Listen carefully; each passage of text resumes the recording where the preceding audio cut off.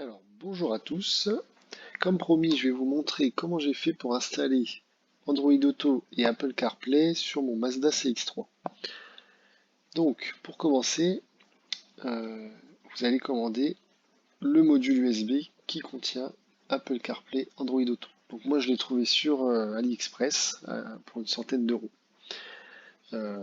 Sachez que vous pouvez faire cette installation chez Mazda.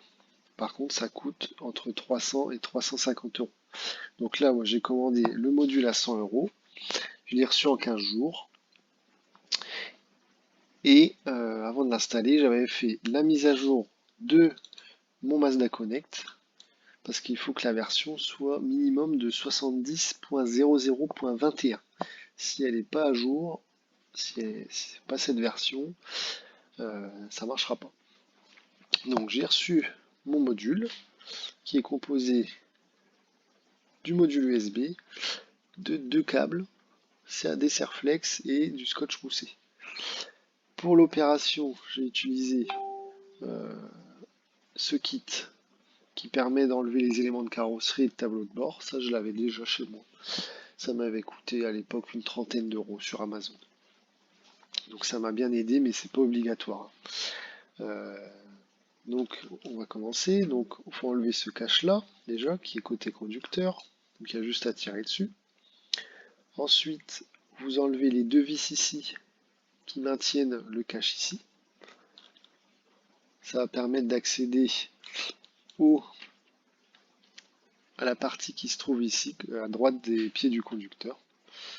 Vous enlevez le déflecteur d'air des pieds. Ça, c'est juste clipsé. Hop, ça donne ça. Et ça va permettre d'accéder au module USB. Voilà, donc ça, vous voyez la partie inférieure ici. Ensuite, vous enlevez les deux éléments là, de chaque côté. Donc pour ça, il faut enlever la partie noire qu'il y a autour du levier de vitesse. Vous soulevez la partie grise ici de cette manière, en passant par le pommeau.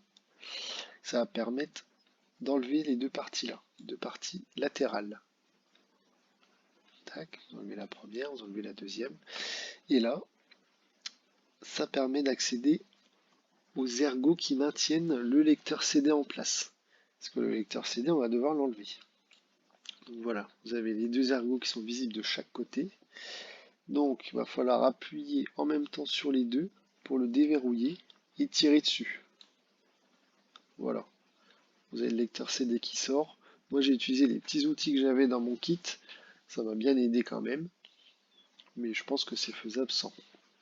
Donc là du coup vous accédez à la partie supérieure du module USB. Donc pour l'enlever, c'est pareil, il va falloir le faire sortir par l'avant en appuyant sur des clips. Il y a 4 clips à chaque coin. Donc il faut appuyer par en dessous et au-dessus pour le faire sortir. Donc vous utilisez des petits outils, type tournevis plat ou des choses comme ça, pour appuyer dessus. Ça c'est la partie la plus fastidieuse, mais elle est nécessaire. Donc voilà. Donc une fois que le module est sorti, vous débranchez les câbles qui sont derrière et vous le mettez de côté. Ensuite, il va falloir faire sortir l'unité centrale. Donc l'unité centrale, en fait, elle est située en dessous de l'écran. Protégez bien votre tableau de bord pour pas faire de rayures. Ça m'est arrivé malheureusement, même si j'avais pris des précautions. Une petite rayure ici, je vous montre. Tac, c'est en sortant l'unité centrale. Les bords sont assez tranchants. Vous voyez, ça donne ça. Donc faites attention. Donc pour la sortir, il faut enlever les deux caches, celui qui est devant et celui qui est derrière l'écran. Il y a juste à faire levier avec une petite lame, un truc assez plat. Donc vous faites levier, vous sortez le cache arrière, le cache avant. Il y a des petits encoches ici et là pour le faire sortir plus facilement. Voilà, je ne sais pas si vous voyez ici, là. Donc ensuite vous accédez à plein de vis, ça sert à rien de tout enlever. Il y a juste les deux vis à l'avant à retirer avec une douille de 10. Ensuite, vous faites glisser tout le module, toute l'unité centrale vers vous.